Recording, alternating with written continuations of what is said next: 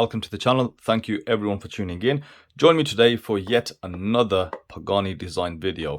These guys have been absolutely relentless in the past few weeks and just coming up with new models. Frankly, I'm sick of saying the word Pagani design, but yet we've got to keep cracking on.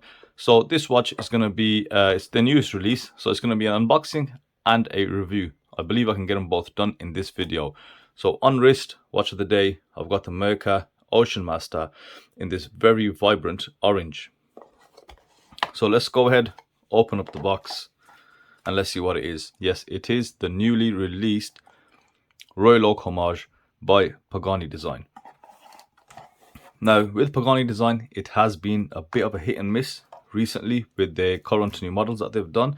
However, I believe they might have done something really good with this watch. So let's go ahead and have a look at it.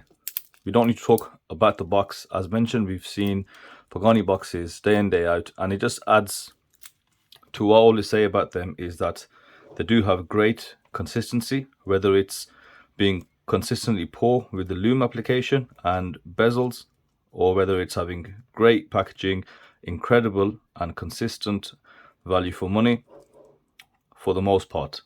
Now I say that because the Pagani designs have started to increase in price on the new watches, and now we've got to actually see whether that or not that warrants the increase. Have they improved the quality at all, or are they just thinking, you know, we can make more money now because we're so popular?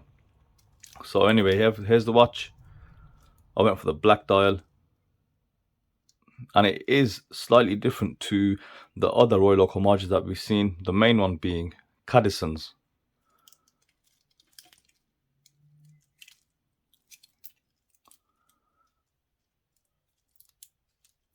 Okay, so it's got decent weight, it looks okay, it's going to have the usual specifications, brushing, polishing present.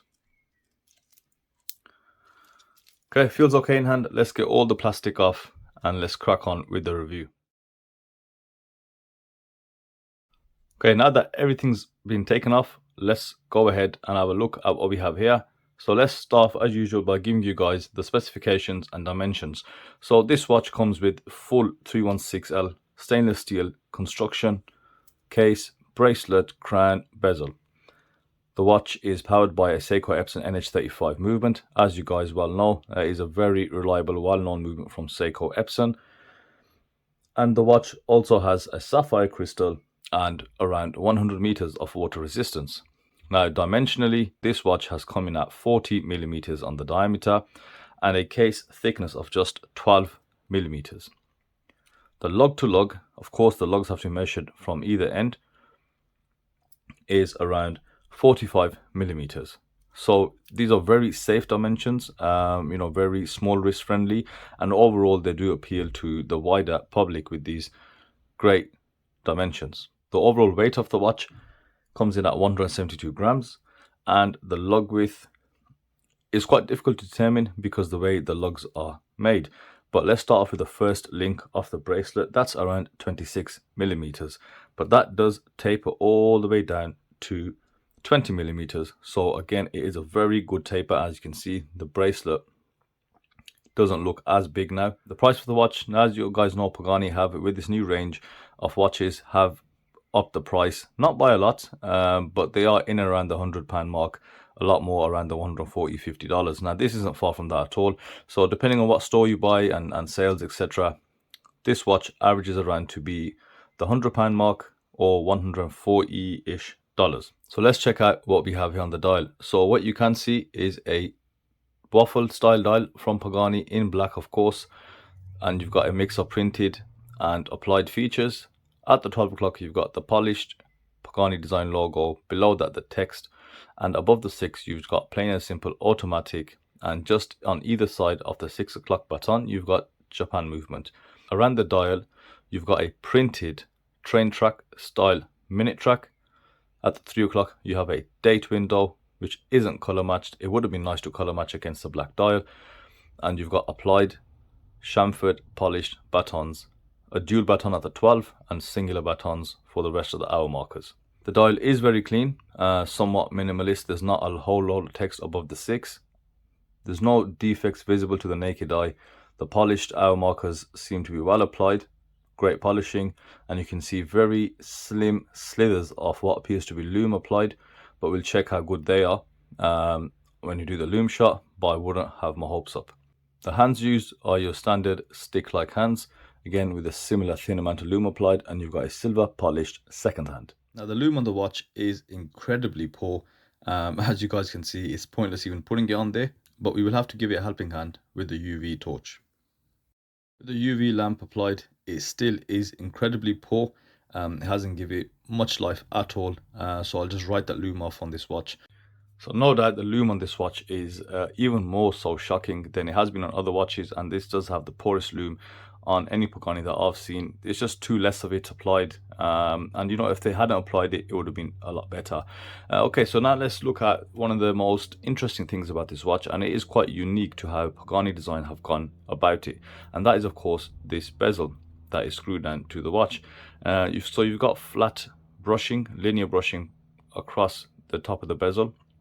Now the brushing on the case, the bezel, is quite coarse, and I think that is done purposely because the Cadison had the same type of brushing where it is visible, you can see the individual marks. Now I think that goes with the aesthetic of the watch, and I think it looks okay for the most part.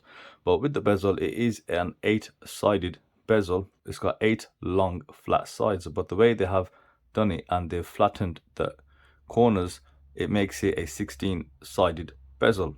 Now the other interesting thing that they've done is they've polished the edge and basically smoothed off that edgy appearance, which I think that is quite a bit of machining from Pagani, and I think that is a nice touch. It takes away some of that edginess from the case shape, and it just gives it a nice highlight with the polish and just some nice curvature that is probably needed, and just gives it just a slight different look.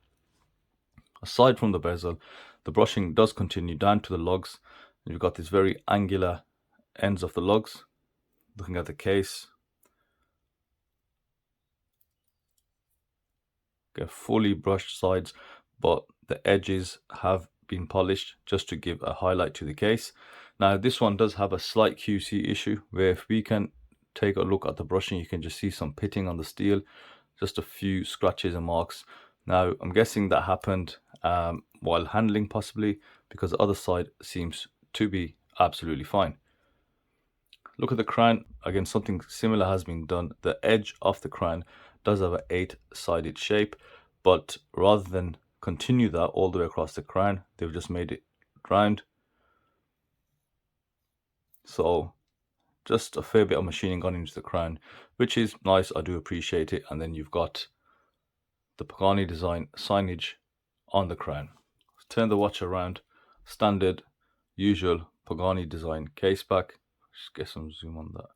So you've got the specifications recorded around the edge. It is see-through case back, and you've got 100 meters of water resistance printed on the back. Now interestingly enough, before we move on to the bracelet, let's look at the back of the watch, and you will see the bracelet can be disconnected via this link.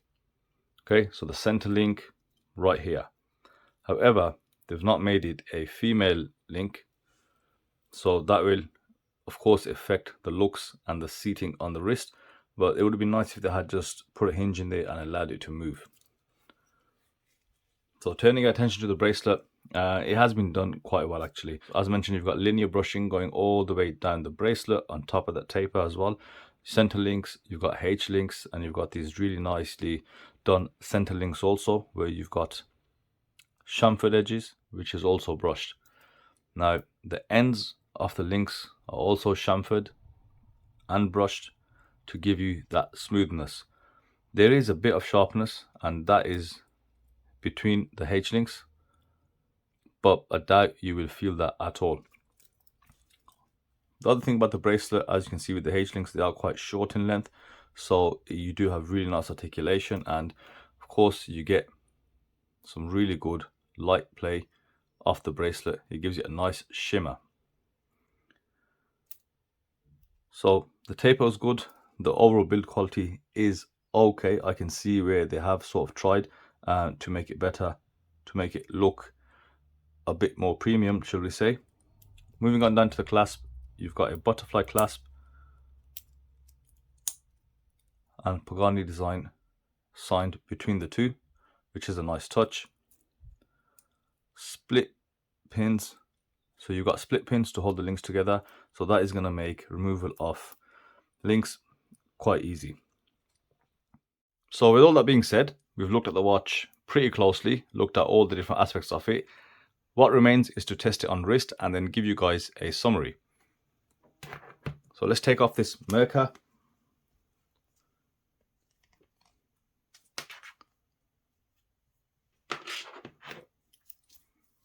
Now I have not had time to size this watch, nor am I going to, but let's have a look how it fits on the wrist. Now my wrist, for reference, is 6.5 inches.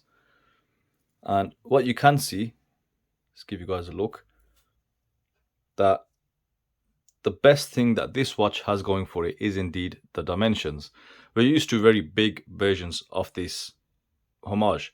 And the fact that Pagani have brought it down to 40mm, and of course as a result of that the lug to lug is smaller and the thickness is thinner, it makes this watch extremely wearable. I am a fan of the brushing that you can see, and the bracelet is generally very, very good. You know, it feels very solid, and the fact that they've chamfered both edges of the links, it just adds to that. And of course the light play that you're getting here is absolutely incredible. But yeah, the watch does have great character and great presence on wrist, so that is something which Pagani have done really well. So let's take it off. Now, to summarize, what do I like, what don't I like? I like everything pretty much about the watch. It's easiest to break it down that way. You know, the dial is good, the hands are visible, and Pagani, for, you know, dial case construction, they have zero issues. And as a matter of fact, the bracelet is okay as well. There's nothing sharp on the bracelet. You might feel just a touch bit of edginess when you look at the center links between the H links. However, it's not something that you're going to feel at all. The butterfly clasp, so about it. They could have used something a bit different, but again, when it does close, it gives this sort of seamless finish, which I do quite like. But what I dislike about it is the lume, and that is it. Yeah, the lume's just ineffective, and I would have rather than not put it on, and then that way you have zero expectation of lume. But other than that, it's a very good watch. And you know, now that I have compared quite a few Paganis, I've reviewed a lot of the new range. I think in fact everything except the Tuna Homage. You know, I think I can give a full opinion on all the new range, which I will be doing on a video separate to this, and just go through the new watches that I've seen from Pagani and which one's the best and which one is just really poor. I think for around $140, it is a good watch, and I think it's hit a better spot than the Cadison did. You know, the 45mm that came out first and foremost was just too big. Then Cadison tried to redeem it by bringing a 42mm, and then Pagani have thought, you know what, forget that, let's throw a 40mm, which is what most people want. So a very, very wrist friendly version of the AP Royal Oak Homage, and I think it is, this one should be a winner. I don't see why it won't be, just minus the lume. Okay, thank you guys for watching, and I'll see you on the next video.